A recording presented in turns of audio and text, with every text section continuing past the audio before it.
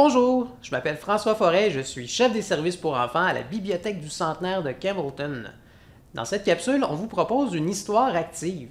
Une histoire active, c'est une façon amusante et différente de raconter une histoire. Pendant la lecture, l'enfant est invité à exécuter des mouvements qui se rapportent aux actions du récit. Cela va lui permettre de mieux comprendre le fil de l'histoire et l'aidera par la suite à la raconter dans ses propres mots. C'est une bonne façon aussi pour lui de développer ses habiletés en motricité globale, comme sa coordination, son équilibre, son tonus musculaire et cardiovasculaire.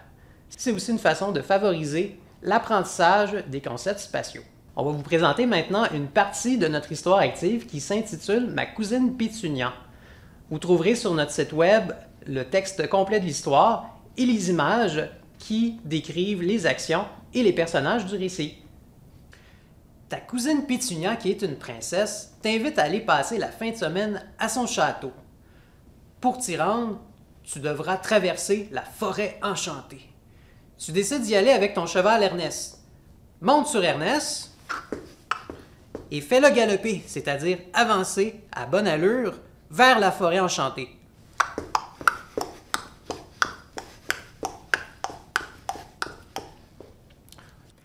Après quelques heures à chevaucher dans la forêt, tu aperçois une vieille dame au nez crochu portant un chapeau pointu qui sort de chez elle en pleurant.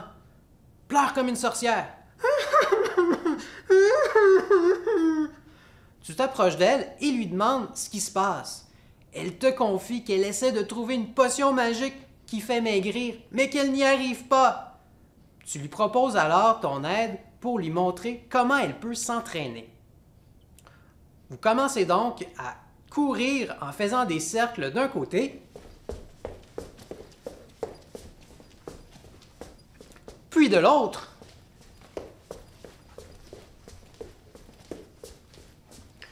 Vous faites quelques sauts avec écart, jumping jack. Vous courez sur place. Puis, vous vous reposez.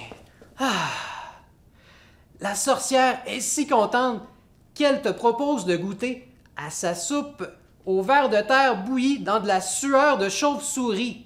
Fais une grimace et un bruit de dégoût. Tu déclines son offre, tu montes sur Ernest et vous poursuivez votre route. Un peu plus loin, tu arrives à un pont qui est gardé par un géant.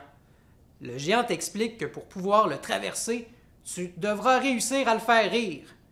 Tu décides alors de lui faire ta meilleure imitation de singe.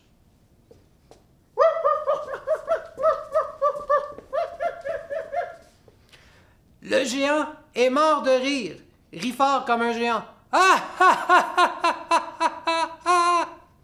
Et il te laisse passer.